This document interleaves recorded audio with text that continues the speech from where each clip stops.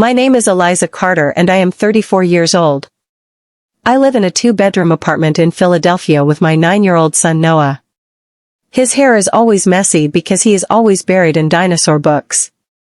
He has faint shadows under his eyes because he stays up late reading with a flashlight under his blanket. I teach 4th grade at a public school. The pay is not great, but the bills get paid on time, and every month I buy him one new book. My husband's name was Daniel. We were married for 10 years. He was a civil engineer. He did not talk much, but he worked hard every day. When Noah was 2 years old, Daniel died in a construction accident. A steel beam fell on the site. The insurance money was not a lot. I put most of it into a savings account for Noah and used the rest to buy a used car so we could get to school without taking 2 buses. After Daniel died, his family became a wall I could not climb. His mother is Patricia. She is 61 years old. Her hair is always perfect. Her clothes are always pressed. Her voice sounds like every word is being recorded for court. Daniel's younger brother is Marcus. He is 32. Marcus has never kept a real job. One year it was crypto. The next year it was NFTs. Then it was some MLM scheme. Every 6 months there was a new business. Patricia calls him ambitious. In my head I call him irresponsible. 3 months after Daniel's funeral, Patricia said her first line. We were all at her house for dinner. Noah was making a mountain out of mashed potatoes on his plate. Patricia put her fork down and said, "Eliza, you are alone now. Noah needs a male figure. Marcus can look after him." Marcus did not even look up from his phone. He said yes, send him to football practice. Patricia laughed like we just made a deal. I said nothing. Daniel's last words to me were, "Eliza, stand on your own feet. Do not live under anyone's charity." After that day, Patricia started a campaign. First it was soft. She said Noah should spend giving with us. You do not want to be alone, do you? Then it got sharper. She said, should I go to his parent-teacher meeting? You are busy, right? And then it became an attack.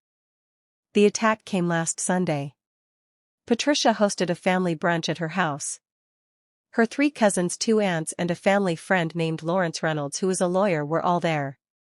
The excuse was to celebrate Marcus's new job. He was now a consultant at some new company. I did not want to go. But Noah begged me. He said, "Mom, Grandpa's old train set is there. Just 1 hour." I said yes. That was my mistake. When we arrived, everyone was in the living room. Patricia saw me and smiled. It was the kind of smile that does not reach the eyes. She said, "Ah, Eliza, and here is Noah." She said his name like it belonged to a stranger. Noah said hi to everyone and ran straight to the train set. For 15 minutes everything was normal. Then Patricia put her teacup down and raised her voice just enough for the room to hear. She said, "You know, I have been thinking a lot about family lately. Blood is so important, is it not? It is what keeps a legacy alive." Her cousins nodded. Then she looked right at me. She said, "Take Noah for example. Sweet boy. But let us be honest. He is not really a Carter. Not by blood. Daniel adopted him after you 2 married, right? Or was it before? I always get confused." It was a lie. Every word of it. Noah was Daniel's biological son. We had the hospital papers. We had the birth certificate. We even had a DNA test from when Daniel was in the army and had to confirm paternity. But Patricia used the word adopted. Because adopted means optional. The table went silent. Lawrence adjusted his glasses. One of the aunts gasped. Noah looked up from the train set and at me. He understood everything. He is 9, but he is not stupid. I tried to speak, but Patricia did not stop. She said, "I am just saying, for legal things, for inheritance, for the family trust, you have to be careful who you call family. Marcus is the only real Carter left now. And his future kids, of course. Noah is well, he is Eliza's son. And we love him. As a guest. As family friend. Family friend.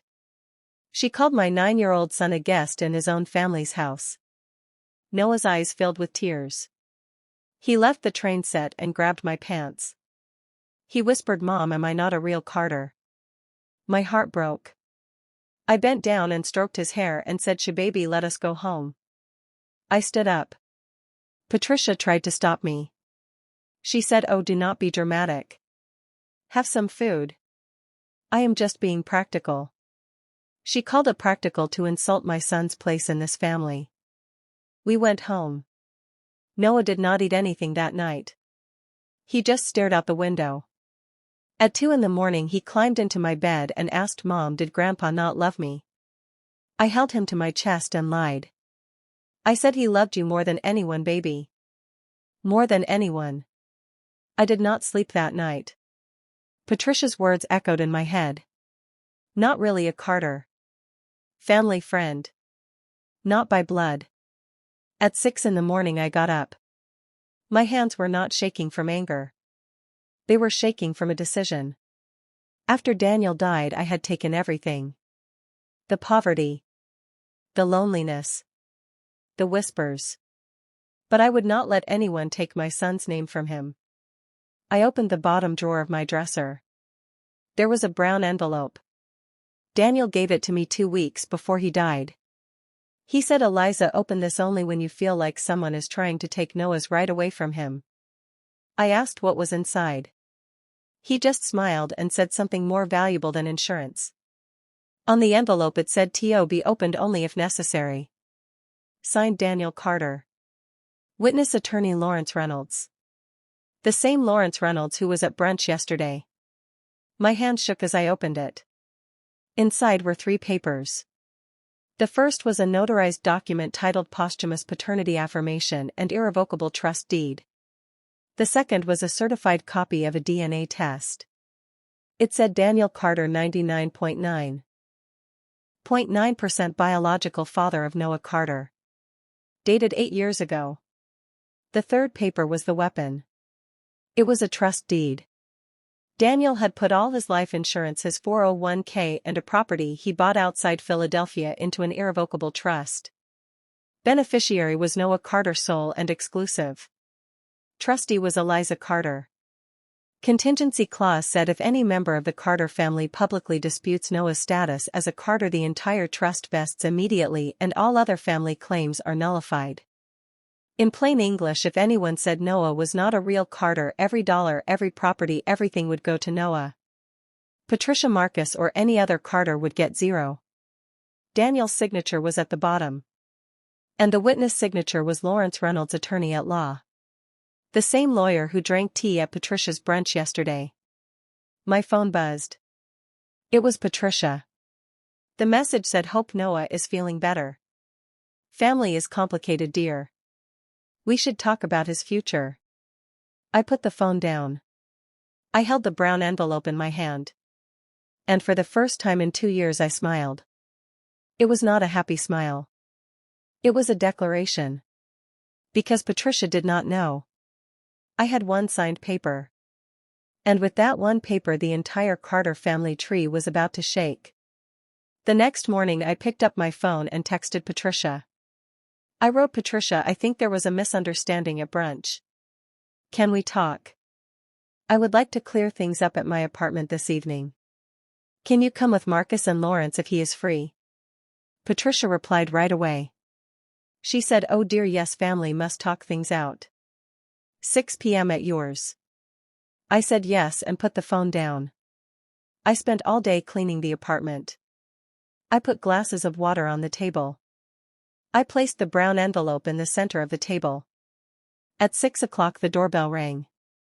Patricia came in. Marcus came in behind her. Lawrence came in behind Marcus. They sat on the couch. Patricia said, "Eliza, I hope Noah is with you. We do not want to talk about him behind his back." I said, "Noah is in his room and he will not come out unless I say so." Marcus rolled his eyes and said, "I hope this is not another drama, Eliza."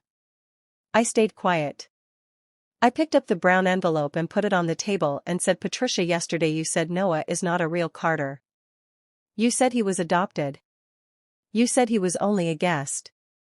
Patricia shrugged and said I was being practical, dear. The family needs clarity. I opened the envelope and pulled out the first paper and read it out loud. This is a posthumous paternity affirmation signed by Daniel Carter before his death.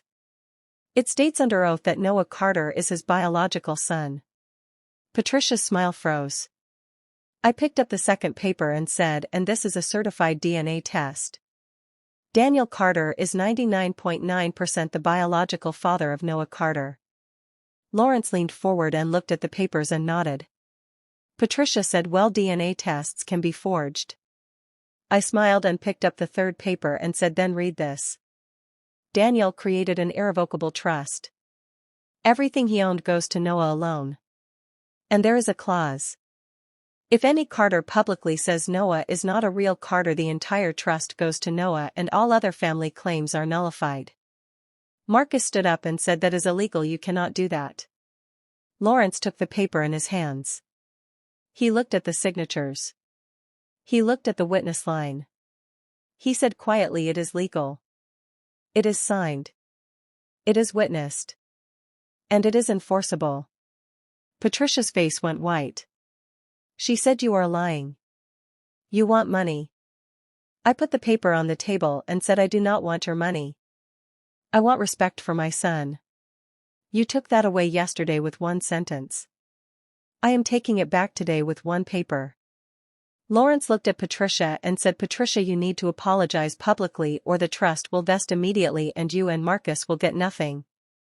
Patricia's mouth fell open. Marcus tried to grab the paper, but Lawrence caught his wrist and said, do not touch that document or you will be in contempt. I stood up and said, the choice is yours. Apologize or lose everything. Patricia's eyes filled with tears. For the first time I saw fear in her eyes. She said softly, I am sorry. Noah is a Carter. He is family. I shook my head and said loud enough for everyone to hear. Patricia raised her voice. I am sorry. Noah is a real Carter. He is family. Lawrence pulled out his phone and turned on the recording and said, for the record, Patricia apologizes and acknowledges Noah Carter as a legal member of the family. I closed the brown envelope and said, the meeting is over. You can go. The three of them walked out the door without another word. I went to my room. Noah was standing behind the door. He had heard everything. He asked me, Mom, am I real now? I hugged him and said, you were always real, baby. You never needed a paper. But now the world knows it too. That night Noah slept peacefully for the first time in 2 years. I stood on the balcony and looked at the sky and whispered, Daniel, we did it. The door closed behind Patricia, Marcus and Lawrence and the apartment went silent. Noah was still holding my shirt. He looked up at me and said, Mom, are they gone? I nodded and knelt down and said, they are gone, baby. He let out a breath like he had been holding it for hours.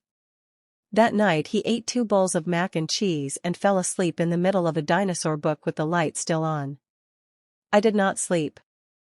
I sat at the kitchen table with the brown envelope in front of me. Lawrence's recording was saved on my phone. Patricia's apology was on it. Her voice was clear. I am sorry.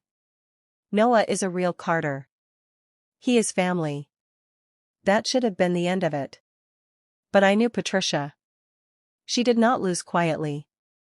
She regrouped. At 8 the next morning my phone rang. It was Lawrence. His voice was tight. Eliza, we have a problem. Patricia is telling people the trust is fake. She is telling her friends that you forged Daniel's signature. She is telling her church group that Noah is not entitled to anything. If she keeps saying it publicly, the trust clause triggers. My stomach dropped. Trigger means every dollar goes to Noah right now.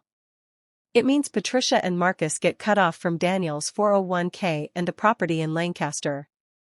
It means they lose. I said, what do we need to do? Lawrence said, you need to enforce it. We need to file the trust with the court. We need to make it public. If we do that, Patricia will have to stop talking or she will bankrupt herself. But once it is filed, there is no going back. Are you sure? I looked at Noah's closed bedroom door. I thought about the way he whispered, "Mom, am I not a real Carter?" I said, "File it." By noon, Lawrence had submitted the posthumous paternity affirmation and the trust deed to the Philadelphia County Court. By 3 p.m. it was a matter of public record. Anyone could look it up. By 5 p.m. Patricia's phone was blowing up. The first call came from her cousin Diane. Diane said, "Patricia, what is this about a trust?" Patricia said, "It is a lie." The second call came from her Aunt Margaret. Margaret said, "Patricia, is it true Daniel left everything to that boy?" Patricia hung up. The third call came from her country club manager. He said, "Mrs. Carter, we have a board meeting tomorrow. There are questions about your membership dues." Patricia showed up at my door at 7 p.m. She did not knock. She used her key. She still had a key from when Daniel was alive. She walked in like she owned the place. Marcus was behind her. He looked furious. She said, "Take it down, Eliza. Take the filing down right now." I said, "I cannot. It is legal." She said, "You are going to ruin us." Marcus said, "You are a gold-digging liar. You never loved Daniel. You only loved his money." Noah came out of his room. He was holding his stuffed triceratops. He saw Patricia and froze. Patricia saw him and her face changed. For half a second she looked ashamed. Then it was gone. She pointed at him and said, "You are not a Carter. You will never be a Carter." That was the last line she should have said. Because Lawrence was in the hallway. He had followed her. He had his phone out and he was recording. He stepped in and said, "Mrs. Carter, you just publicly disputed Noah's status again. Under the trust clause, the trust vests immediately. All assets transfer to Noah effective now." Marcus lunged for Lawrence's phone. Lawrence stepped back. I stood up. I said, "Get out of my house." Patricia laughed, but it was not a real laugh. It was panicked. She said, "You think you won? You think a piece of paper makes you family?" I said, "No. Daniel's love made him family. The paper just made you say it out loud." They left. The door slammed. Noah came and sat next to me on the couch. He did not cry. He just said, "Mom, I do not want their money." I hugged him and said, "Baby, we are not taking their money. We are protecting your name. The money is just what makes them listen." The next morning everything changed. The court issued an order. All of Daniel's life insurance, $300,000, was transferred to a custodial account for Noah. His 401k, another $240,000, was transferred. The property in Lancaster, a 3-bedroom house on 2 acres, was deeded to Noah with me as trustee until he is 18. Total value $6.9 million when you add the investments Daniel had been growing for years. Patricia and Marcus got nothing. Zero. Daniel's will had a line I had never seen before. "In the event of my death, all family inheritance is held in trust for my son Noah. If any blood relative attempts to invalidate my son's parentage, that relative forfeits all claim." Patricia's lawyer called Lawrence. He said, "Mrs. Carter wants to settle. She wants the apology removed. She wants the recording deleted." Lawrence said no. The recording is evidence. The apology is required. So Patricia did what she never thought she would do. She called a press conference. Not real press. Her country club. 30 people. All her friends. All the women who had nodded when she said blood is important. I did not want to go. Lawrence said, "You should. Noah should not. He is 9. So I went alone. I wore a plain black dress. I sat in the back. Patricia walked to the podium. She looked 10 years older. Her perfect hair was not perfect. Her suit was wrinkled. She looked at the room and said, "I owe an apology. 2 weeks ago at a family brunch I said that my grandson Noah is not a real Carter. That was false. Daniel was his father. Noah is a Carter. He is family. I am sorry to Eliza. I am sorry to Noah. The room was silent. One of her cousins stood up and walked out. Another put her head in her hands. Patricia looked at me in the back. Her eyes were wet. She said I was wrong. I did not stand up. I did not clap. I just nodded once. That was enough. After that the call stopped. The whispers stopped. At Noah's school no one asked questions anymore. At the grocery store no one stared. Patricia moved to Florida 3 months later. She said it was for the weather. Everyone knew it was because she could not face Philadelphia. Marcus tried to sue. He hired a lawyer who said the trust was unfair. The judge threw it out in 10 minutes. The judge said, "Mr. Carter, your brother protected his son. You tried to erase him. The court is not your inheritance plan." 6 months later Noah and I moved out of the 2-bedroom apartment. We bought a small house 10 minutes from my school. It has a yard. Noah planted tomatoes. He still reads at night, but now he does not hide the flashlight. One night he asked me, "Mom, can we visit Grandpa's grave?" We went on a Sunday. He put a dinosaur toy on the headstone and said, "Thanks for the paper, Dad." I cried. Not because I was sad.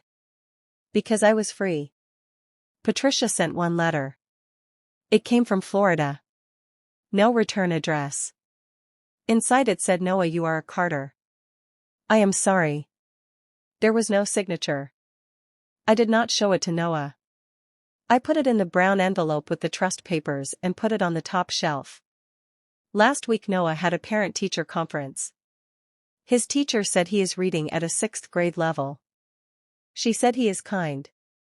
She said he stands up for other kids. After the meeting Noah took my hand and said, "Mom, we are real, right?" I squeezed his hand and said, "We were always real. Now everyone knows it." That is how I answered with one signed paper. It did not make me rich. It made me quiet. It made my son safe. And it made Patricia say the words she should have said at brunch. He is family. 9 years passed fast. Noah turned 18 in June. He was tall now. Almost 6 feet. His hair was still messy, but he brushed it for interviews. He got accepted to Penn State for engineering. Full scholarship plus the trust Daniel left him. The day he got the letter he ran into the kitchen and hugged me so hard I could not breathe. He said, "Mom, we did it." I said, "No, baby, Daniel did it. We just protected it." The trust had a clause for his 18th birthday. On his birthday he became sole trustee. The custodial account unlocked. The Lancaster house deed transferred to his name. The investments Daniel started when Noah was 2 were now worth $7.4 million. Not because we spent it. Because we never touched it. On his birthday morning I gave him the brown envelope. The same one Daniel gave me. It was worn at the corners now. I said, "This is yours." He opened it at the kitchen table. He read the posthumous paternity affirmation out loud. His voice did not shake. He read the DNA test. He read the trust clause. Then he looked at me and said, "Mom, can you believe Grandpa did this?" I said, "Your dad always thought 10 steps ahead." He went to the bank that afternoon with Lawrence.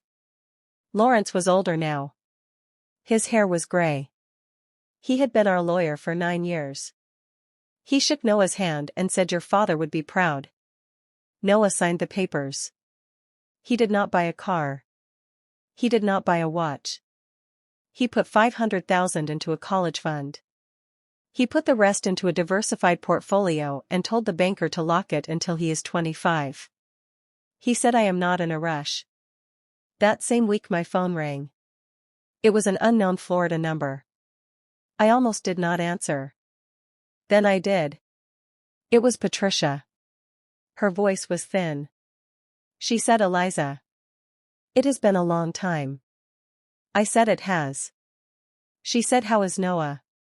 I said he is 18 today. He is going to Penn State. There was silence. Then she said, that is good. That is very good. She cleared her throat. She said, I am in trouble, Eliza. Marcus lost his last job. The Florida house has a lien. The medical bills are piling up.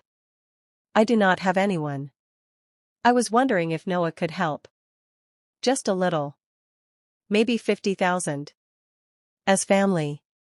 I closed my eyes. 9 years ago she told a room full of people that my son was not family. 9 years ago she called him a guest. 9 years ago she looked at a 9-year-old boy and said, you will never be a Carter. I said, Patricia. The trust is Noah's. Not mine. He makes his own decisions now. She said, please. He is a Carter. Family helps family. I put her on speaker and called Noah into the kitchen. He was eating cereal. He looked at the phone and I said, your grandmother is on the line. She wants to talk to you. He picked up the phone. He said, hello, Grandma. His voice was calm. Not cold. Not angry. Just calm. Patricia started crying right away. She said, Noah, I am so sorry. For everything I said. For the brunch. For Florida. I was wrong. I am old and I am alone and I need help. Can you help me? Just 50,000. Please. Noah stirred his cereal. He said, Grandma. 9 years ago you told everyone I was not a real Carter. You told everyone I was a guest. Do you remember that?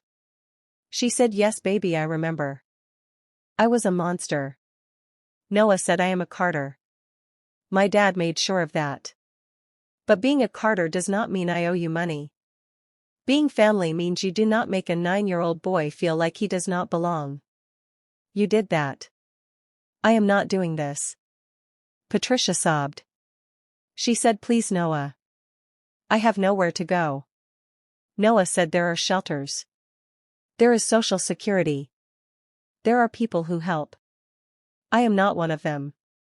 I hung up. She called back 12 times. I blocked the number.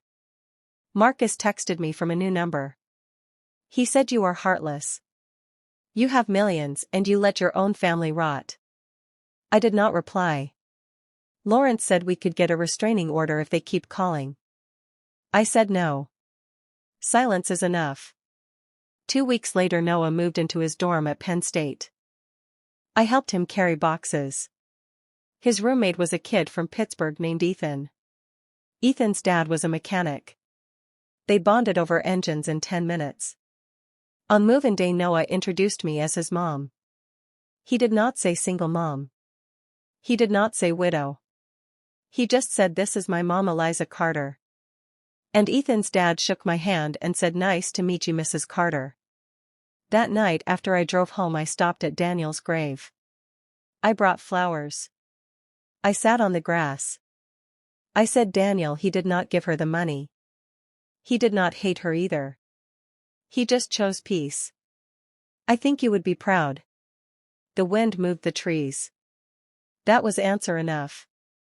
Senior year Noah interned at an engineering firm in Philadelphia. He worked on bridge designs. He came home every other weekend. He cooked dinner. He still read dinosaur books to the neighbor's little kid. He never talked about the money. He never talked about Patricia. When he graduated he got 3 job offers. He took the one at a nonprofit that builds low-income housing. The pay was $48,000 a year. I asked him why. He said, Mom, we have enough. Other people do not. He bought a small condo 2 years later. Not with the trust. With his salary and a mortgage. He said, I want to earn my walls. The trust is for later. For emergencies. For kids I might have someday. He met a girl named Maya in his 2nd year at the firm. She was a social worker. She had no idea about the trust for 6 months. When he told her she said okay. Then she asked him if he wanted to volunteer at the youth center on Saturdays. He said yes. Last Thanksgiving we had dinner at our house. Just the three of us. Me, Noah and Maya. Noah carved the turkey. Maya made mashed potatoes. I made pie. In the middle of dinner Noah raised his glass. He said to Grandpa Daniel. For the paper. For the name. For the family we chose. I cried. Maya cried. Noah did not. He just smiled. A month ago I got another letter. No return address. Florida postmark. Inside was a photo. It was Patricia. She looked frail. She was sitting in a nursing home common room. On the back she wrote, I am sorry. I understand now.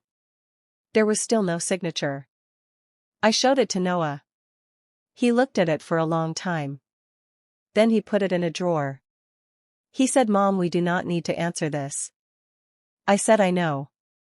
He said, can we donate to that nursing home instead? Anonymous. I said yes. We sent $5,000 to the home. In the memo line we wrote, for Mrs. P. In memory of family. That is the end of it. I answered with one signed paper 9 years ago. That paper did not make us rich. It made us free. It made my son's name real in court and in his heart. It made Patricia say the words she owed us. It made Marcus disappear. Today Noah is 27. He is an engineer. He is a good man. He has a girlfriend who loves him. He has a future that is his. And when people ask me how I survived after Daniel died, I tell them the truth. I did not survive alone. I had a husband who planned ahead. I had a son who was always real. And I had one signed paper that reminded the world of both.